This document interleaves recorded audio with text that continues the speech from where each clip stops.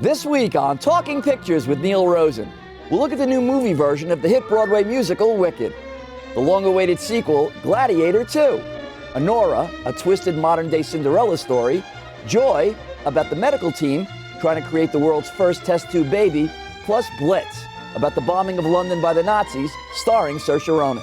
We've got all that and many more movie picks coming up.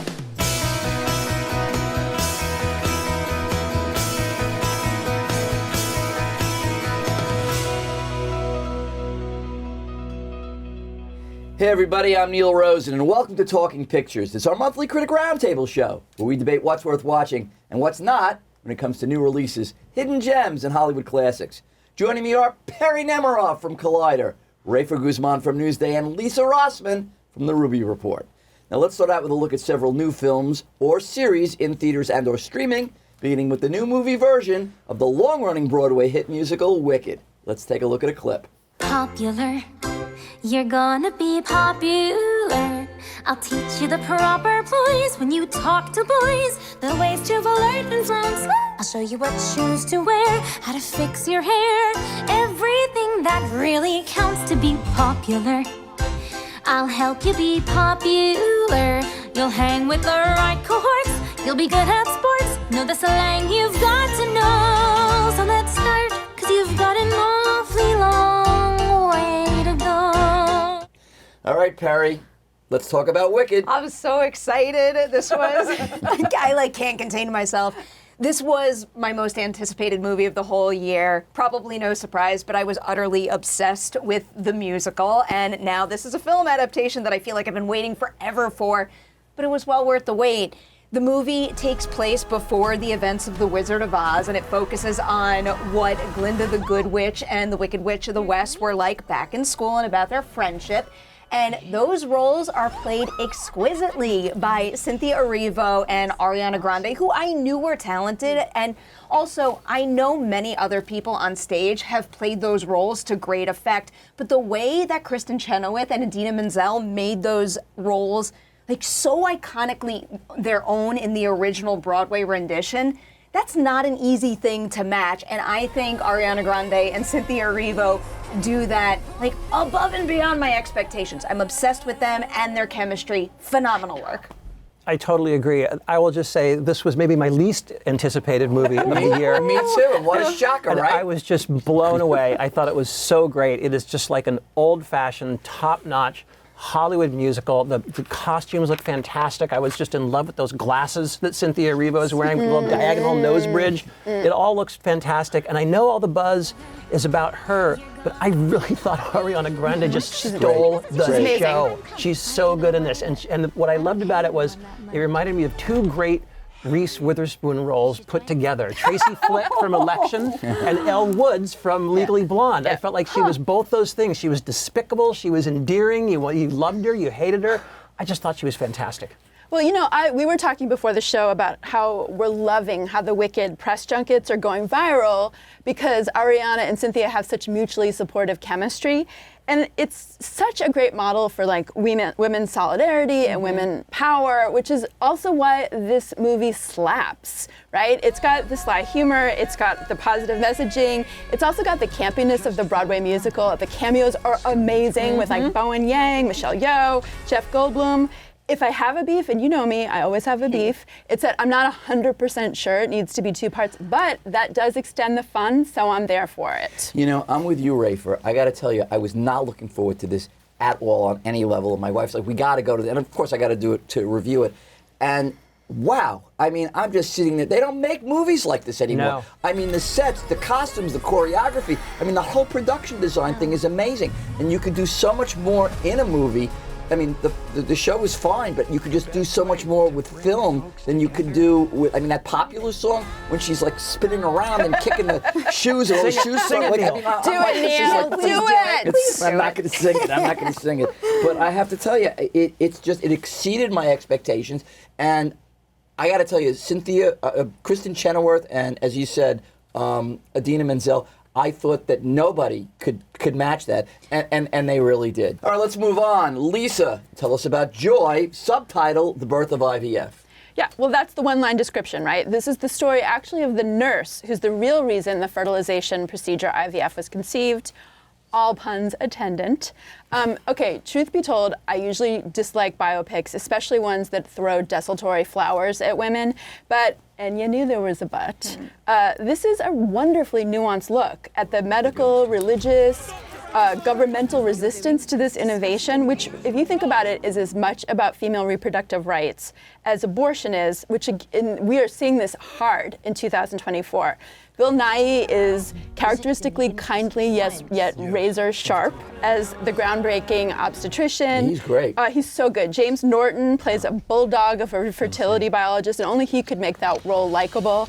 But the real headline, I think, is Thomasine McKenzie, who, just with wonderful sensitivity and self-possession, plays the embryologist and nurse who risks excommunication not only from her church, but her mother, so that she can give other women an ability that she knows that she's never going to have as an infertile woman. And then she gets overlooked by history until these guys make a play to make sure that she's included, and this movie. So this movie is a feat in many different ways.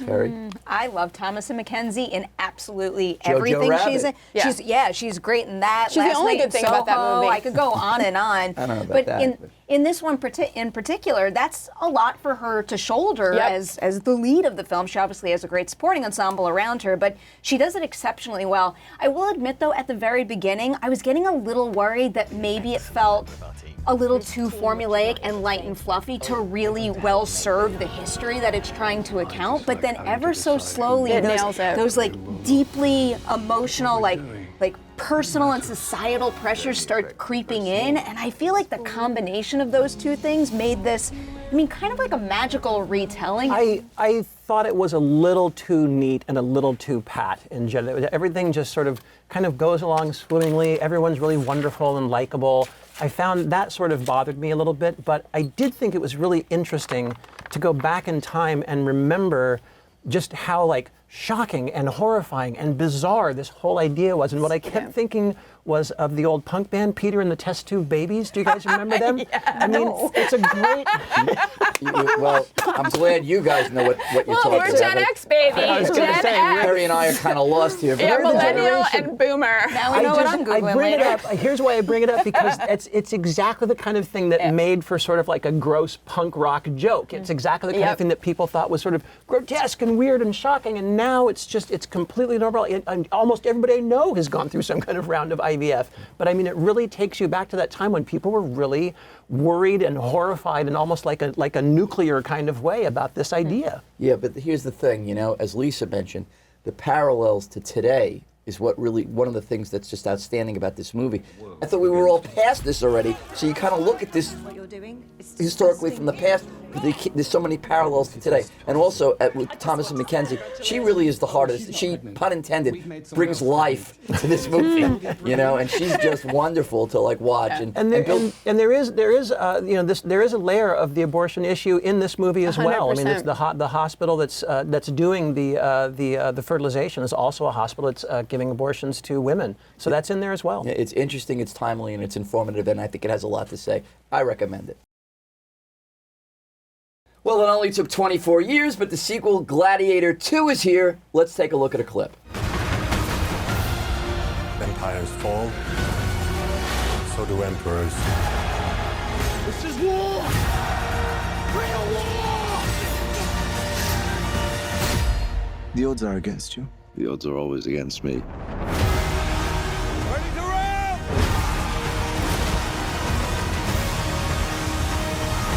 Rafer, what's the deal with Gladiator 2? All right, Ridley Scott is back. He's doing a sequel finally to Gladiator from 2000, the Best Picture winner from 2000. Our hero this time is Lucius. He's a villager played by Paul Mescal. His wife is killed by General Acacia, played by Pedro Pascal. And now Lucius wants revenge, but first he has to compete as, guess what, a gladiator. So his owner is Macrinus, played by Denzel Washington, who is fantastic. So I guess we should just cut to the chase. What everybody always wants to know is this movie as good as the first? I always felt that the first movie was sort of a fun, kind of silly swords and sandals movie. I could never figure out why it won Best Picture in the first place. I'm with you and that's there. pretty much what I think about this. It's a fun, silly, very well made, very entertaining film. Mostly I just kind of laughed my way through the whole thing. But you weren't laughing at it, you were having fun. No, I was having fun, and I think Right. that was Ridley Scott's intention, was to like let you have fun with this movie. I love the battle scenes. I mean, no one's better at a battle scene than Ridley Scott. They fill the Coliseum with water. They put the guys on boats, and they throw in some man-eating sharks. yeah. The man-eating sharks look terrible. They look like these horrible CGI glitchy, and that just made it even funnier. I loved it. I had a great time. I thought it was very entertaining. Lisa. Okay, I speak as a woman who has very little patience for films with almost entirely male casts, especially ones about war and fighting. But I kind of loved this movie. It's the Hollywood propaganda for true democracy, unabashed by tyranny that America needs right now. I thought I was going to be in the minority, but I actually think this is both more fun and more sharply observed than the original. And honestly, Denzel is obviously the shoo-in for Best Supporting Oscar now. He is best when wicked, and he's so hilariously hammy and wicked in this movie. Denzel steals the movie. Yeah, I did not expect to be the one who teetered the most negative on this. Oh. I think this movie is loaded with great characters and interesting ideas, and every single one of them is given a surface level treatment. I didn't form a connection with much of anyone, so when it got to these wild battles, it didn't have the stakes and suspense I needed to care. And I love the first one. I thought at the very least I would have that established attachment to the characters that carried over, and I would care when bad things happened to them. And I was entertained, but I also felt nothing at the same time. In 24 years since the original, CGI and special effects have become, the sharks aside, have become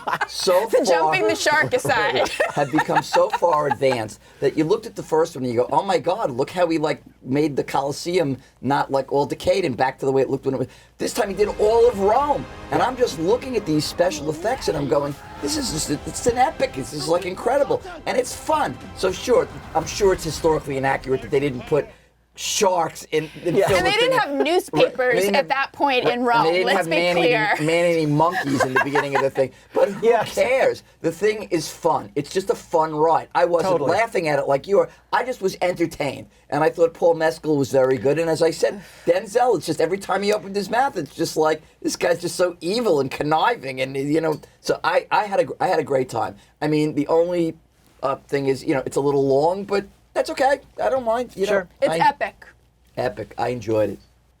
Perry, new movie called Blitz. New movie called Blitz is Steve McQueen's new movie, and it is about a young 9-year-old boy who's living in London during World War II, and what happens is his mother, played by Saoirse Ronan, sends him to the countryside in order to keep him safe during the bombings.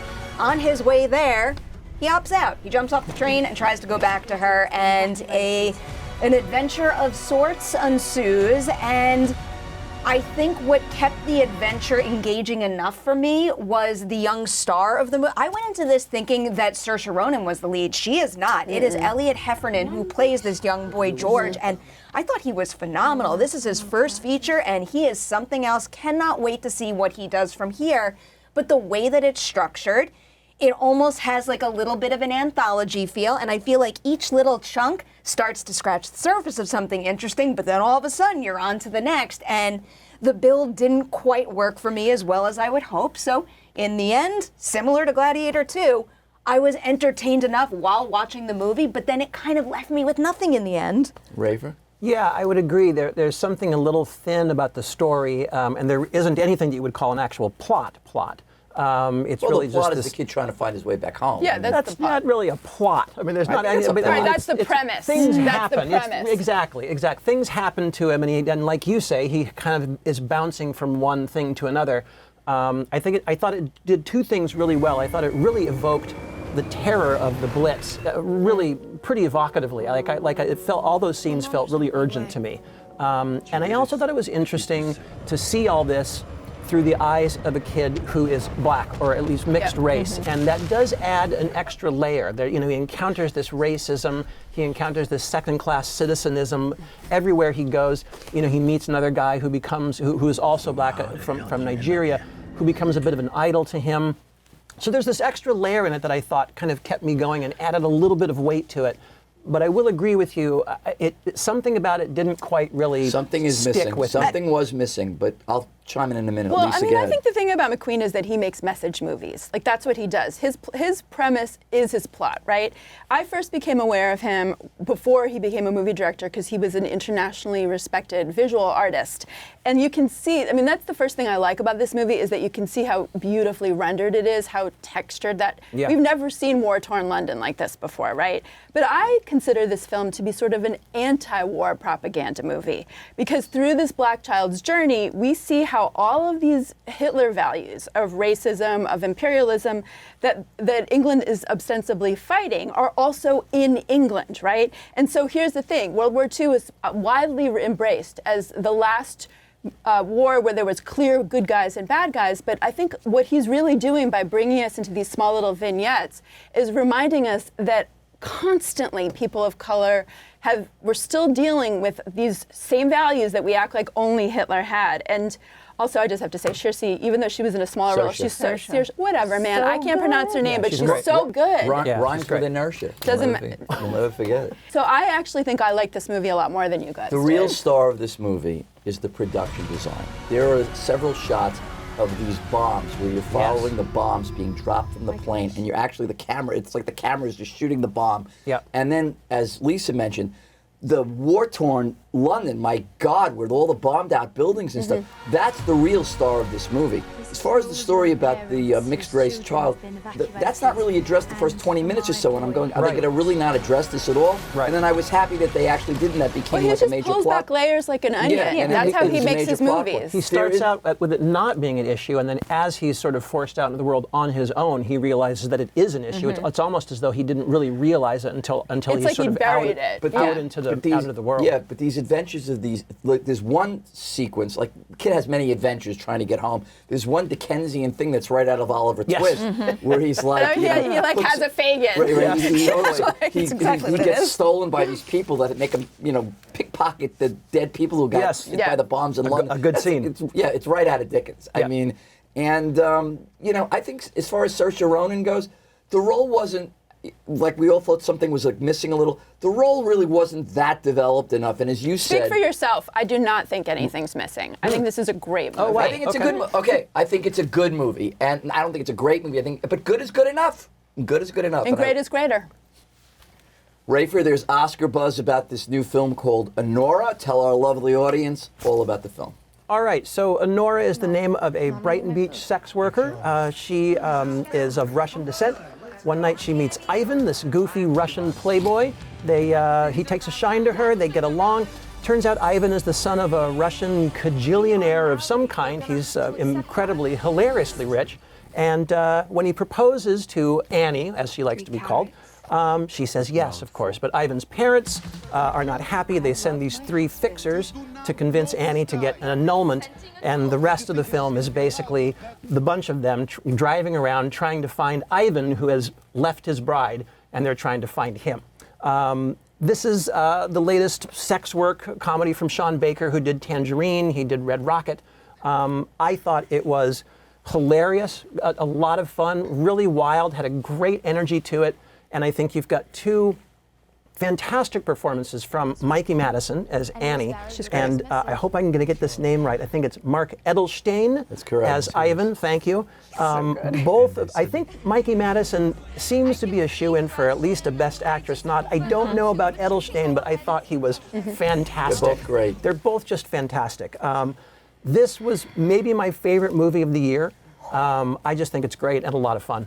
Look, I appreciate that this movie is saying important things about labor and about how 1%ers treat the rest of us like human batteries, basically.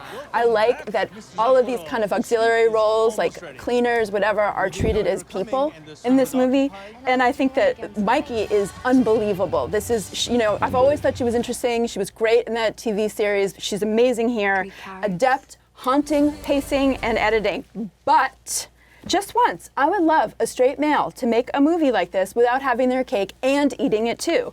Cinematically objectifying women's bodies while also critiquing how they're being objectified, I'm so sick of it. And I feel like how many of these movies do I have to sit through? Like where, basically, I would love to have a moratorium on straight white dudes making movies about sex workers. You would She's recommend a sex worker. I know, but just once, I would love to see a movie that makes points like this that isn't at the same time feasting its lens on these female body parts. It's actually real. Okay, no, but I said don't interrupt me. So let me just say, like, honestly, that's what a man would say. No, but that's sort of my point. Is that we're looking at this woman with a male gaze. We're not looking at the men who are looking at her so much as we're still looking at her. And I have huge problems with these movies that just perpetuate this. You recommend the movie? No. I thought it was quite good too, and I thought the visuals well suited the material and the perspective that we were getting in the film. I think Mikey Madison is just an absolute standout, phenomenal. This is my one excuse to bring up horror during this particular episode because you know how much I love Scream. Yeah. So I get very excited when Scream alum soar in this industry. To see her go from being Ghostface to now being a likely Academy Award nominee makes me so happy. But also I will emphasize that one of the very first things I thought to myself after seeing this film for the first time, I've watched it too many times at this point, is this right here is one of my favorite ensembles of the entire film. Yeah. The two of them are exceptional, but that energy doesn't come together as well as it does unless every single person is pitch perfectly cast and knows exactly what to bring to their role, and they all do it. Yeah. Okay, first of all, I think this is a great movie. I think it certainly will get nominated for Best Picture. I think she's got a great shot, and I think she should win Best Actress. What a performance, my God. There's a scene in here where she screams at the top of her lungs for like 3 minutes. Yes. And I'm saying to myself, and speaking about the fact that she was in Scream, but I'm saying to myself, how in the world, movies are multiple takes, I would have thrown my voice out after one of those screams. Did they turn the volume up and have her do this? Did she screamed once and then they put it on a loop and she was lip singing? I don't know how the hell she did that. But there are so many things in this movie where I just marveled at her performance. And the guy who would be like a supporting performance, this Mark Edelstein, however you want to pronounce it, also playing this complete idiot with the video game controllers and like he's all about, I got money, I'm having sex, I'm playing video games. Vegas, let's go to Vegas. You know what I mean? It's he's great. He's great. And it starts out like it's this twisted Cinderella story where it's like this comedic thing, and then it becomes like emotionally wrenching by the end of the film. So it really goes through many, many different paces. And these henchmen that are after her, they're almost like the Three Stooges for a while, before that turns like Sirius. So I think this is an excellent movie, and despite Lisa's qualms with it, the three of us, I highly recommend this movie. Yep, the feminist cheese stands alone. There you go, you stand alone.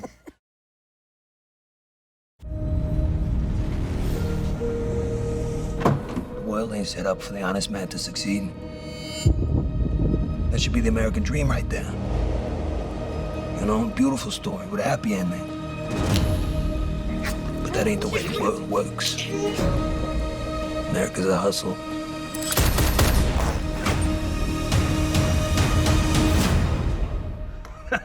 Not that I'm complaining. That was a clip from the HBO series, The Penguin. It's Perry Nemiroff's personal choice as we go around the panel, as we always do each month, with our critics' picks of the month. I am very excited about this one. I love the superhero genre in general, and I keep up with pretty much all of the shows, but I don't think I've seen one in a little while hit this level of quality. It takes place after the 2022 Batman movie, and it follows Colin Farrell's The Penguin, Oz Cobb, as he tries to gain power in Gotham City's underworld.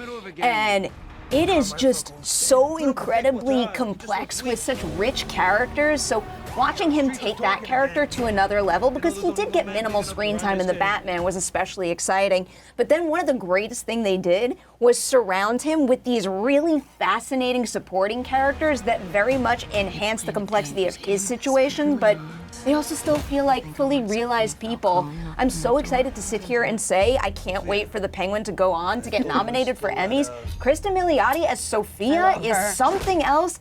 Episode 4 of The Penguin. I watched that episode and I walked away and I'm like, Emmy nomination right there. Rafer, what's your pick? My pick is The Order with Jude Law. He plays an FBI agent in small-town Idaho in the 1980s, and he discovers something unusual going on. There's been a series of bold, daring bank robberies in broad daylight, and he traces them back to a white supremacist militia. The supporting cast is Nicholas Hoult as the leader of that militia, who is fantastic and a mesmerizing performance, I thought. Ty Sheridan is really good as a local cop, Jamie Bowen, who gets involved. I think this movie has a lot going for it. For starters, those bank robbery scenes are great. They're really aggressive. They really get your pulse spiking. Jude Law is terrific, says almost nothing, and just really conveys the spirit of this like banged up, beat up FBI agent. He's fantastic. And then it's got this really interesting other layer of white supremacist, which kind of brings the movie from the 80s into the present, and it's based on a true story. And I didn't really know what to expect. I'd heard some buzz about this movie from the festival circuit, and then it seems like it had kind of died down. And I was really pleased, and I thought this was like a first-rate crime thriller. Lisa, what's your pick? It's Bad Sisters. This is an Irish dark comedy TV series that's the latest brainchild from Sharon Horgan, who gave us Catastrophe. Love her. Catastrophe. And love her, right? And she's the showrunner and the star. She plays the eldest of 5 sisters who have a lot of secrets in their closets, including the real reason for the death of one of their husbands. It's wry and suspenseful, indignant. And if you're tired of mansplaining and manspreading and possibly just men in general at this cultural moment, or even if you're just a man who supports women, you may find this very refreshing. Season 2 just hit Apple TV, and I recommend starting at the very beginning. Well, that's about all the time we have. I want to thank Perry Nemiroff, Lisa Rosman, and Rafer Guzman. I'm Neil Rosen. Join us next time on Talking Pictures.